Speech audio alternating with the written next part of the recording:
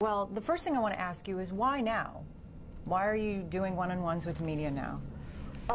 Because I've been out there talking to the media for a long time now, and one-on-one just seemed like a chance to give you more time and more questions. Why now are you ready to answer our questions about character and not a couple of days ago, not last week? Well, I think I have been answering those questions. Do you regret deferring to the governor the other day? You know, no one has ever accused me of being somebody who lays back too much and is hesitant to speak. The governor was a guest here in our campaign headquarters, and when the governor wanted to speak, I think it's appropriate to permit a guest to speak. I think it's the right thing to do. Well, the governor did say that people don't care about this whole Native American issue, but they do care about the character of their candidates, especially the ones who are running for U.S. Senate. Certainly. At this point, isn't this whole issue a question of character? Well, I think that the best way to understand character is what people do. I've been out there now for 25 years fighting on behalf of working families. I have lived it every single day. That's my character. That's what I do. I've also been out there standing up to Wall Street.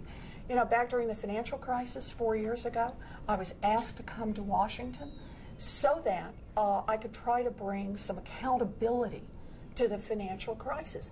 That's my character. That's what I do. I stand up to Wall Street, and I work on behalf of working families, middle-class families. But you also said that you first read about Harvard touting you as a minority in the newspaper, and then in a late-night statement to a newspaper, admitted that you were the one who, in fact, provided that information. So that's, critics are calling you a liar. Is that true? No, it is not true. And you have just conflated two parts to the story. I got asked the question about when I first heard about this, and what I thought the question was, when I first heard about this dust-up, and the answer was, I heard about it when I heard about it on the front page of the Herald newspaper. You are asking questions initially about things that happened 20, 25 years ago. I went back, I tried to think it through, tried to piece it together, talked to my family, talked to my husband, actually even talked to my adult daughter about this, trying to remember, and when we've made moves and so on.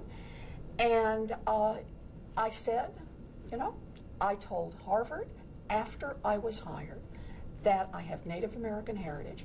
I told the University of Pennsylvania after I was hired that I had Native American heritage. And in a sense, it's not very remarkable. I never tried to hide my heritage. But the key point is, I also never got any benefit from it. People who've hired me have made that perfectly clear. Your schools got benefits from it, though. Well, I never got any benefit from my Native American heritage, and I've never hidden it. And I'm not going to start hiding it now. It's my family, it's who I am, and I'm not going to hide it. So what do you say to people who say, well, she lied about this, and this is the little stuff. What about the big stuff? When that comes along, is she going to lie about that? Well, I would start out by saying, I didn't lie about anything. And so you've got the wrong place that you're starting this. The second thing I would say is, you know, I believe that people ought to make disclosure. That's what I've done. I've hammered on banks about this.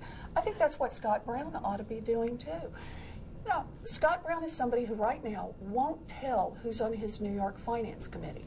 He wants to go to Wall Street, he wants to raise money, and he doesn't want to disclose names. Now, why is that? Is that because he has some secret to hide? Are we talking with Scott Brown about that? My question to you is, if you are elected, you would be Massachusetts' first female senator. I would be. Would you be Massachusetts' first Native American senator? I would be their first senator, so far as I know, who has Native American heritage. Would you do anything for Native American issues when in office? Oh, listen, I'm working on what happens to America's families. That's what I've been working on for 25 years, and that's what I'll keep working on. It's all of America's families that are getting hammered. It's hardworking families that play by the rules, and they're just getting slammed.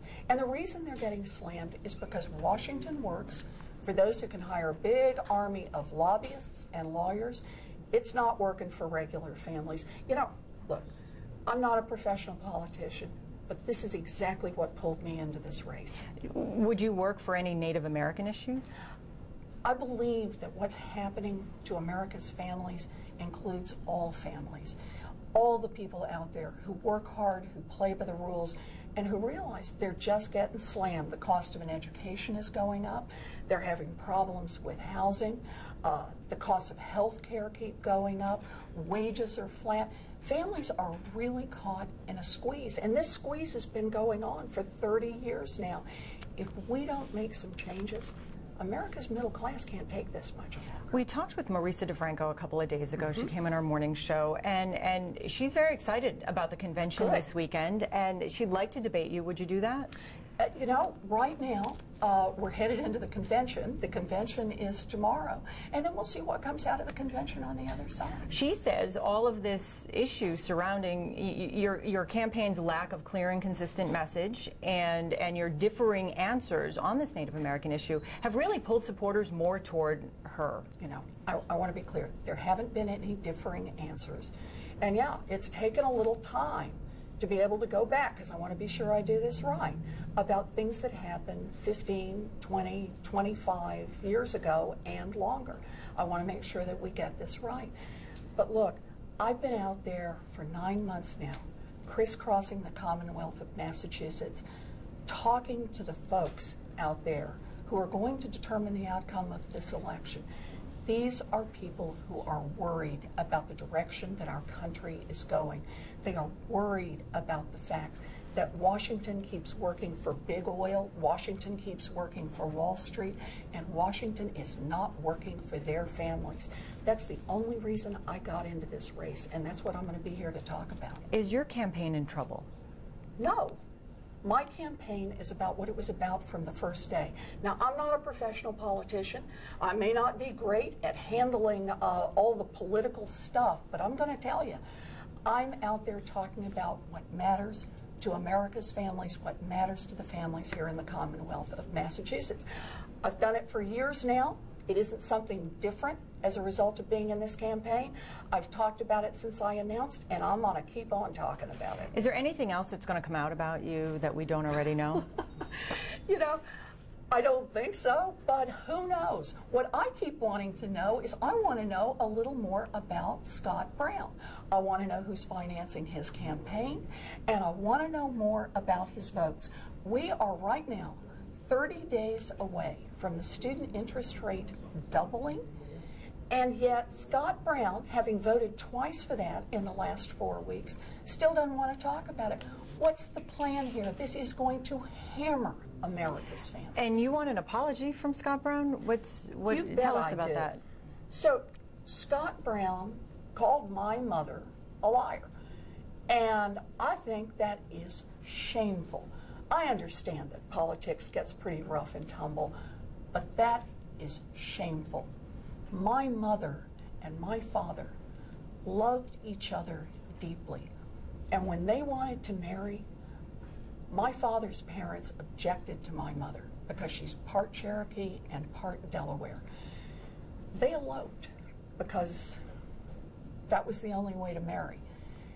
And we kids lived with that all of our lives, the differences between these two families. This was important to my mother, and my mother was important to me. I'm not denying who my mother is, not for politics, not for anybody, not ever.